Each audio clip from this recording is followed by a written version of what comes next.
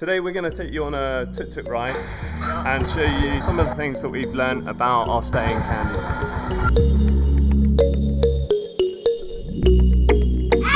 Come on, let's go! We're going for a tuk-tuk ride! Probably a highlight of the trip so far for the kids are the tuk-tuk rides.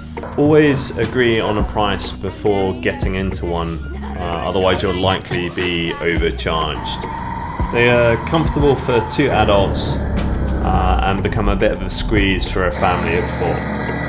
There are a couple of e-hailing services such as Uber and PickMe that work in Kandy. They work well in the town centre, but as you go further into the hillsides they become more unreliable.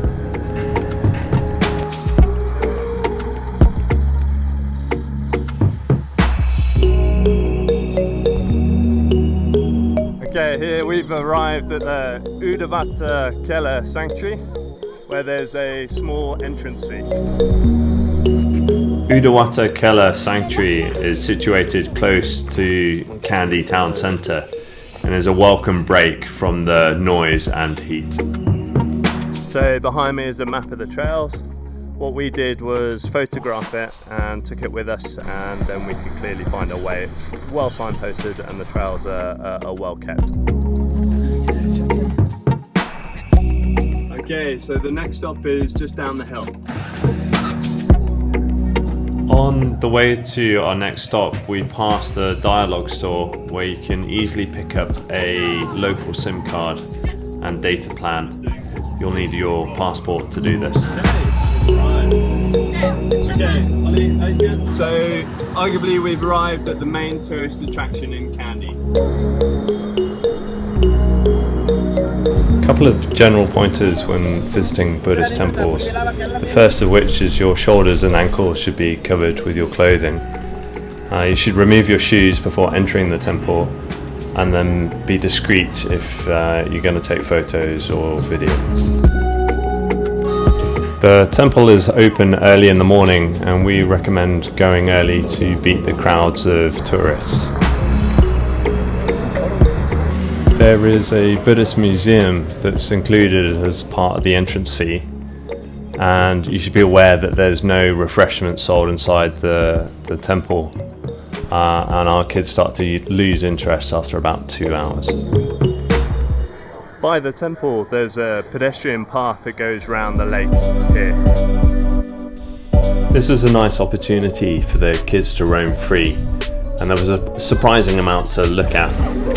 There's no charge for this either, it's a public access.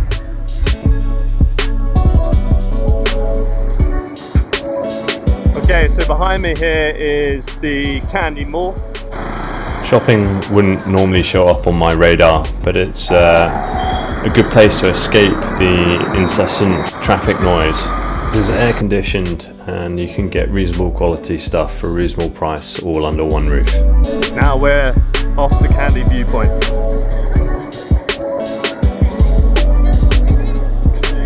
If you're passing by, it's worth stopping as this is a good one.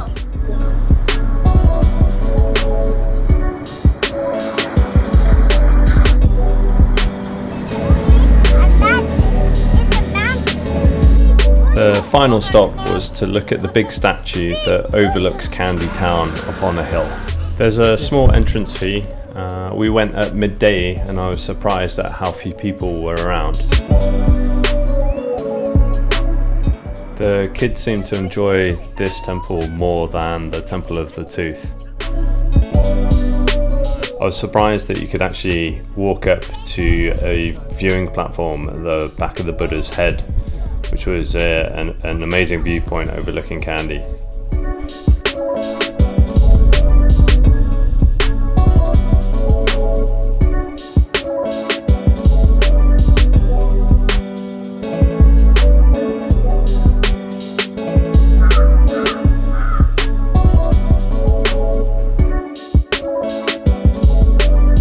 So guys, if you got anything out of this video at all, let us know in the comments.